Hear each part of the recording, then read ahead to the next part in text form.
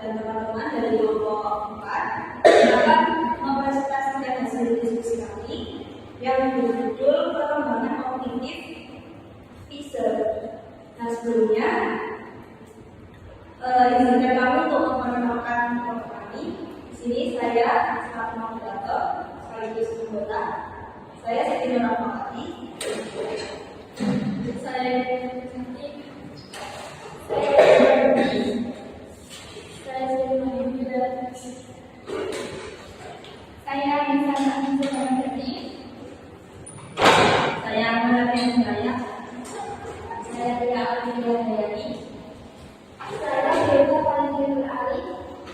Baik, yang selanjutnya itu pemaparan materi.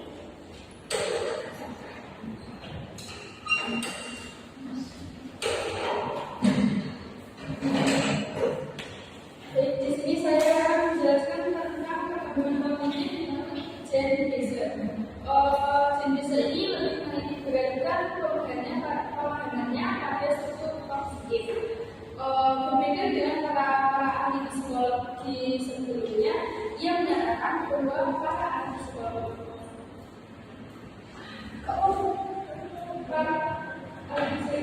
ia menyatakan bahwa cara berpikir anak bukan hanya kurang matang dibandingkan dengan orang dewasa karena kalah pengetahuan, tetapi juga berbeda secara kualitatif.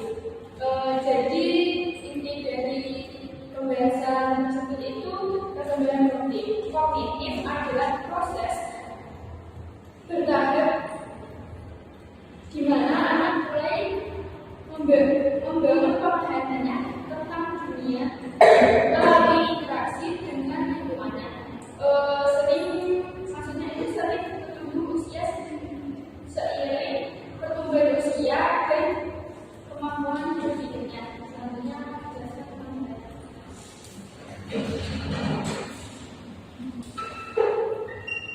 Nah, pada perkembangan kognitif menurut Gen Fisher ini dibagi menjadi beberapa tahap. Yang pertama ada tahap sensori motorik yang terjadi pada umur 0 sampai 20.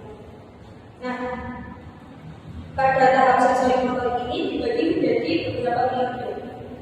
Yang pertama yaitu periode 1 yang dinamakan refleks yang terjadi pada umur 6 sampai 1 bulan.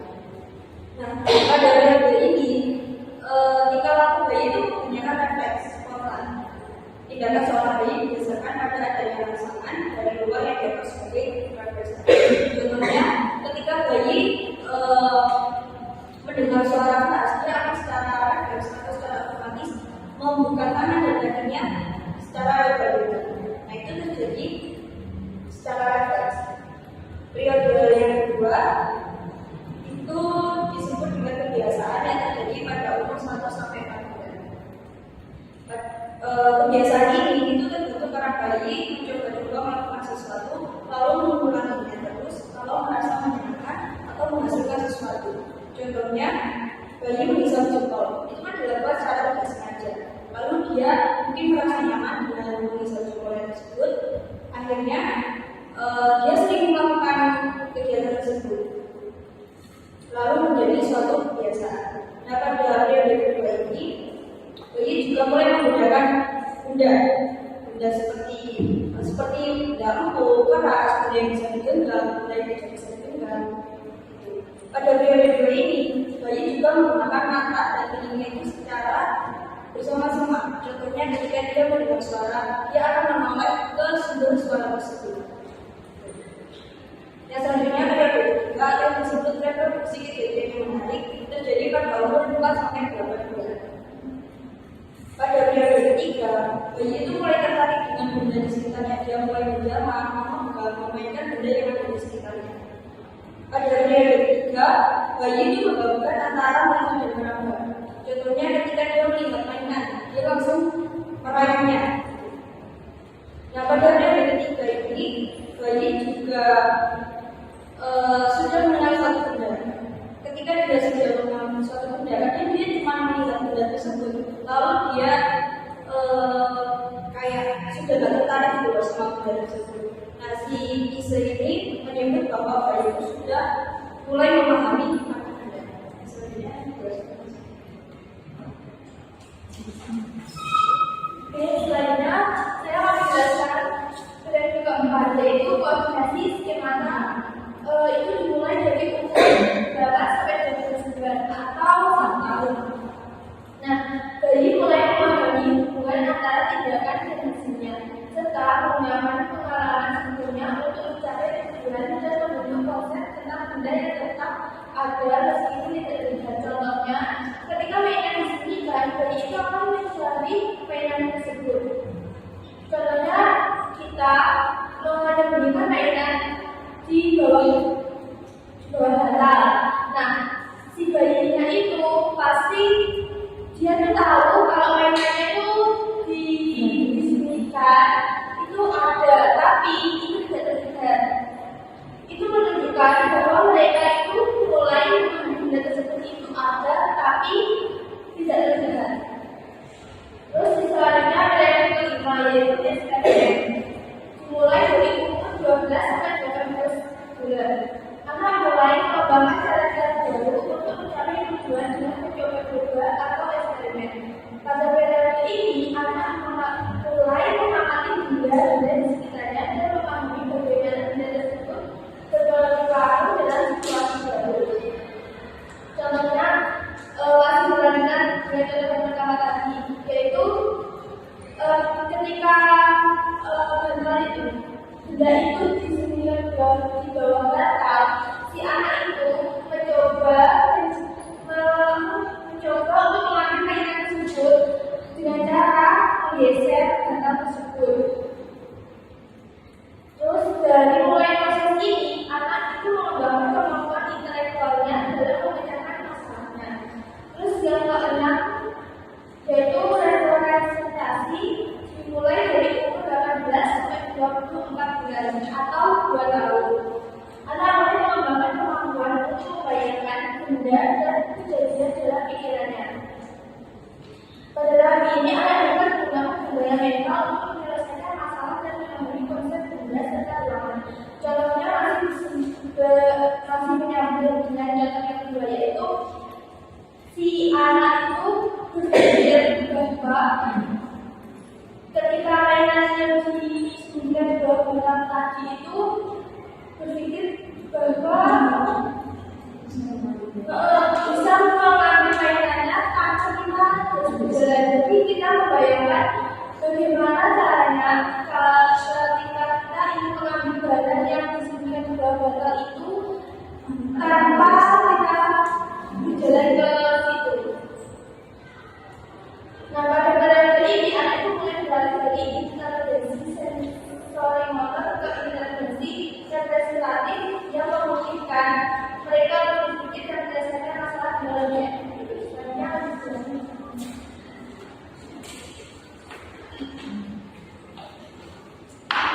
Yang selanjutnya yaitu tahap pra-operasional. Nah, ini biasanya berumur 2 sampai 7 tahun. Tapi anak telah menunjukkan aktivitas kognitif dalam menghadapi berbagai hal di luar dunia, seperti mengamati urutan permainan. Pemikiran pra-operasional dalam teori PSN adalah prosedur melakukan tingkatan secara mental terhadap objek.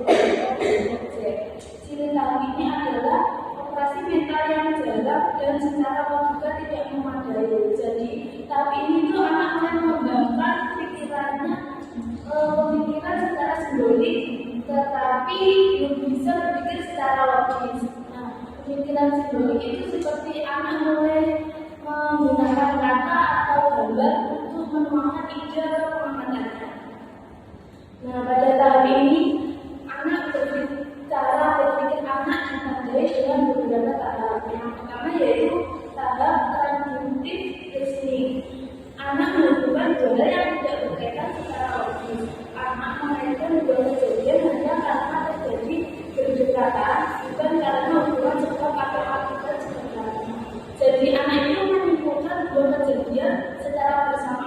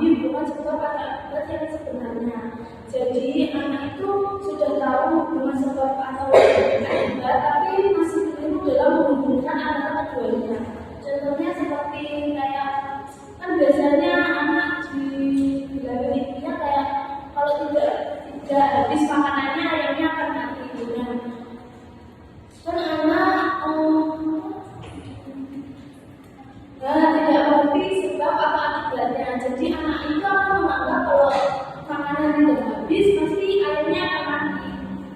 Terus yang ketiga yaitu animisme. Anak menganggap semua benda itu hidup seperti dirinya, seolah-olah benda mati memiliki perasaan, pikiran atau kemampuan berbeda seperti manusia. Contohnya seperti anak memarahi boneka karena nakal atau tidak mau diajak main. Dan biasanya kan anak kayak bermain boneka seperti ngajak ngobrol, kayak menggendongnya, terus diajak main. Nah, dari situ itu anak menganggap kalau boneka itu hidup seperti manusia. Yang selanjutnya dijelaskan oleh ibu saya.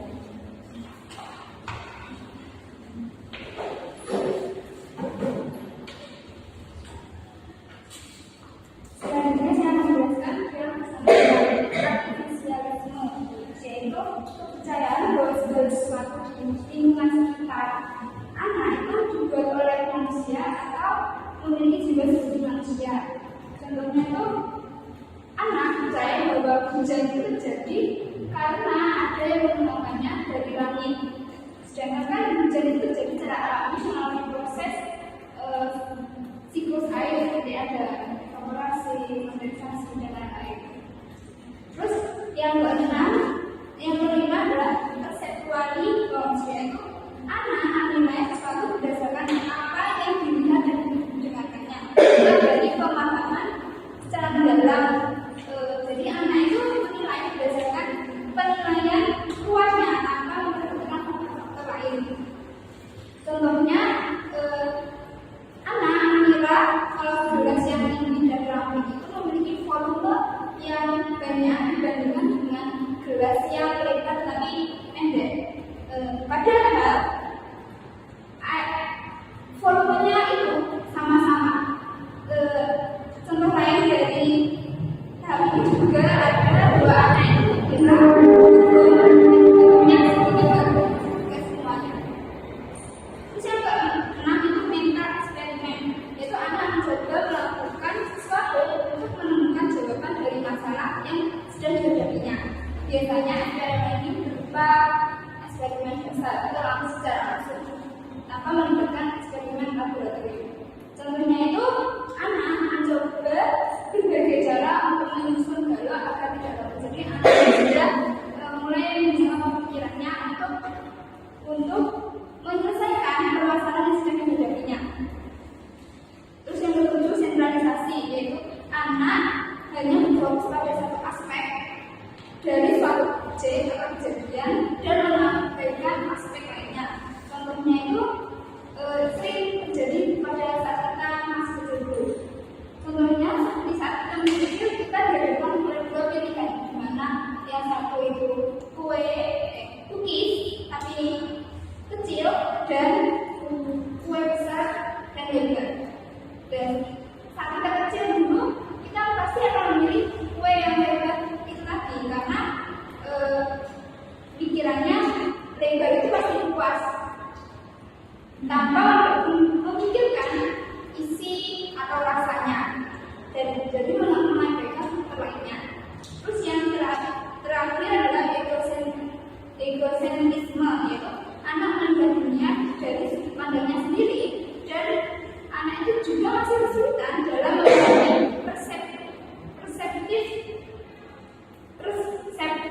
pandangan dari orang lain. Mereka cenderung berpikir bahwa semua orang merasakan dan mengetahui apa yang sedang dia rasakan. Ini maksudnya. Contohnya itu saat si anak meminta untuk diberikan oleh mainan. Ketika si anak tidak diberikan mainan sama ibunya, si anak akan menganggap bahwa ibunya tidak sayang, jahat, mencampakkan si anak. Padahal mungkin ada faktor lain mengapa ibu tidak bisa memberikan mainan anak tersebut. Selanjutnya menjelaskan oleh teman saya.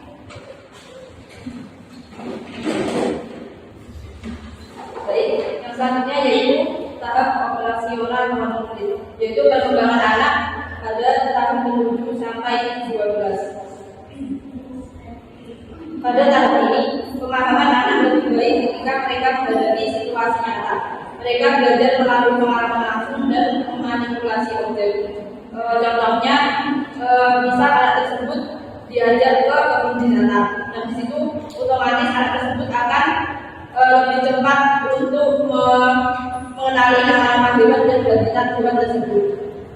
Akan tetapi pada tahap ini anak masih kesulitan dengan pemikiran abstrak atau hipotesis yang tidak dapat dilihat secara langsung.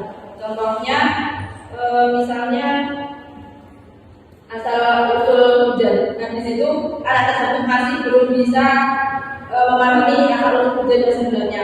Mungkin mereka menilainya setiap ada mendung itu pasti akan hujan. Padahal aslinya kan nggak mesti mendung itu baru hujan.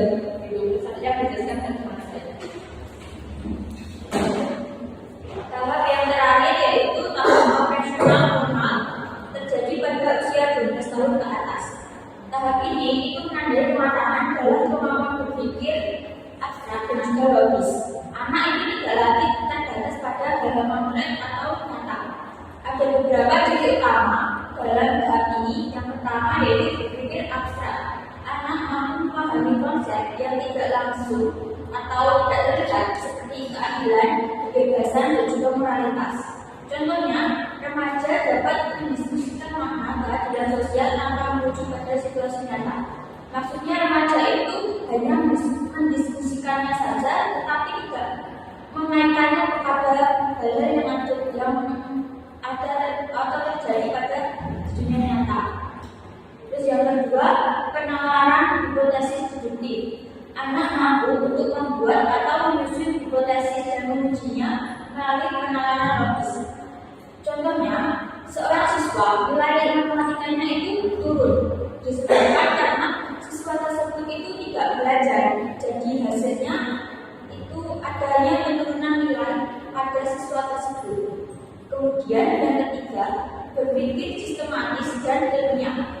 Anak tidak hanya menebak atau mencoba-coba, tetapi mulai memikirkan berbagai kemungkinan dan menguji tiap kemungkinan secara terencana. Contohnya, seorang remaja itu mencoba menanam 3 tanaman di tempat yang berbeda. Yang pertama ada di tempat yang terang, kedua di tempat yang redup, dan yang ketiga ada di tempat yang gelap. Anak tersebut akan mencatat tumbuhan dari ketiga tanaman tersebut. Lalu menyimpulkan bahwa tanaman yang ditanam di tempat yang terang itu akan lebih cepat untuk tumbuh. Yang selanjutnya akan dijelaskan.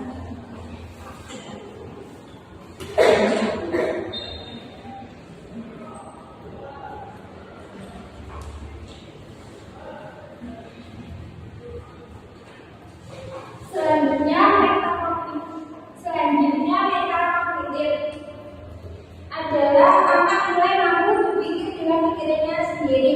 Maksudnya anak itu mulai bisa membuat keputusan lalu mengevaluasinya. Contohnya, seorang siswa menyadari bahwa ia lebih mudah mengingat pelajaran jika membaca sambil mencatat. Jadi siswa itu tidak hanya belajar cara belajarnya, tapi memikirkan bagaimana cara belajar supaya efektif. Selanjutnya, kemampuan menarik kesimpulan logis.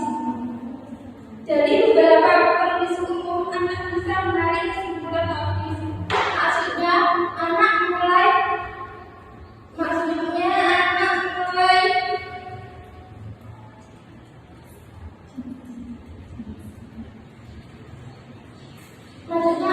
mampu menggabungkan fakta umum ke khusus untuk menarik kesimpulan secara logis. Seperti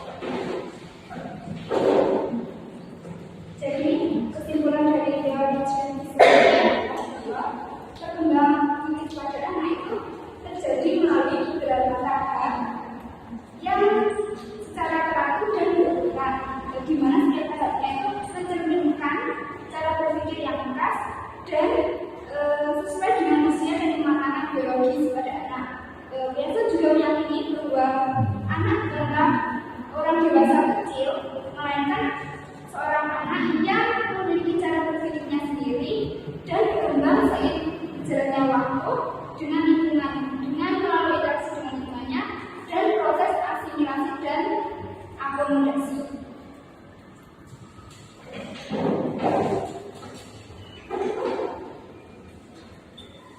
Demikian hasil diskusi dari kelompok kami. Kurang lebihnya mohon maaf. Saya akhiri. Wassalamualaikum warahmatullahi wabarakatuh. Waalaikumsalam warahmatullahi wabarakatuh.